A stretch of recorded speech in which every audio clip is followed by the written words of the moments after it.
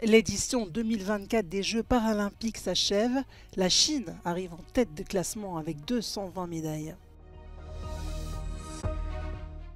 3 Israéliens ont été tués lors d'une attaque à un point de passage entre la Cisjordanie occupée et la Jordanie. L'assaillant a été neutralisé.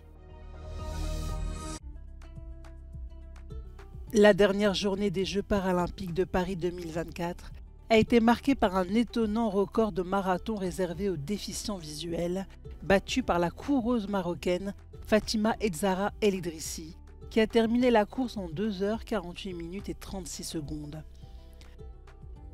Pour la 6e fois consécutive, depuis les Jeux d'Athènes en 2004, la Chine a terminé en tête du tableau des médailles paralympiques. Le pays a remporté 220 médailles au total, soit près de 2 fois plus que la Grande-Bretagne, 2e du classement. L'Ukraine s'est classée au 7e rang, égalant presque sa place lors des Jeux de Tokyo 2020. La France arrive en 3e position du classement des pays européens. Les prochains Jeux paralympiques auront lieu durant l'été 2028 à Los Angeles.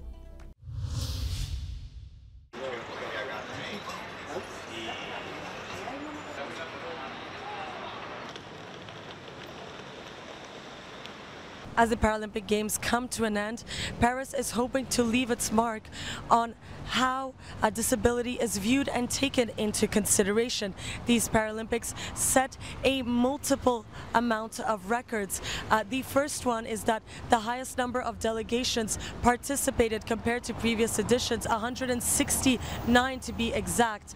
And then the second record that was set is that these were the Paralympics that were the most covered by international media. 165 TV channels followed the event, and around 2.4 million tickets out of 2.5 were sold. As a reminder, the highest record of tickets for the Paralympic Games ever sold was in London in 2012. But what remains to be seen is whether there will be a lasting legacy when it comes to accessibility and social inclusion for people with disabilities. At the end of August, the president of the region, Valérie Pécresse, called for a massive renovation to fix the capital's centuries-old public transport system that is almost impossible for people with disabilities to even access. A project that could take up to 20 years and cost 15 billion euros. And the feasibility of it has not even been discussed.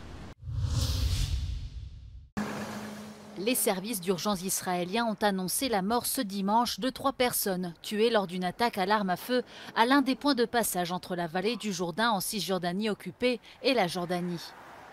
La police israélienne a affirmé dans un communiqué qu'un assaillant avait été neutralisé. Celui-ci se serait approché du côté jordanien dans un camion avant d'ouvrir le feu sur les forces de sécurité israéliennes. Les autorités locales ont fermé le passage jusqu'à nouvel ordre et la Jordanie a annoncé ouvrir une enquête sur la fusillade. Le Premier ministre israélien Benjamin Netanyahou a condamné l'attaque et l'a liée au conflit plus vaste entre Israël, l'Iran et les groupes militants alliés, notamment le Hamas à Gaza et le Hezbollah au Liban. La Jordanie, qui compte une importante population palestinienne, a signé un traité de paix avec Israël en 1994, mais a été publiquement critique à l'égard de la politique de l'État hébreu envers les Palestiniens.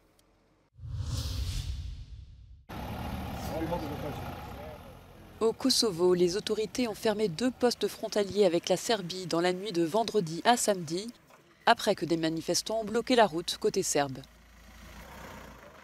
Ces derniers ont entravé la circulation pour protester contre la fermeture de l'administration parallèle dirigée par Belgrade dans le nord du Kosovo.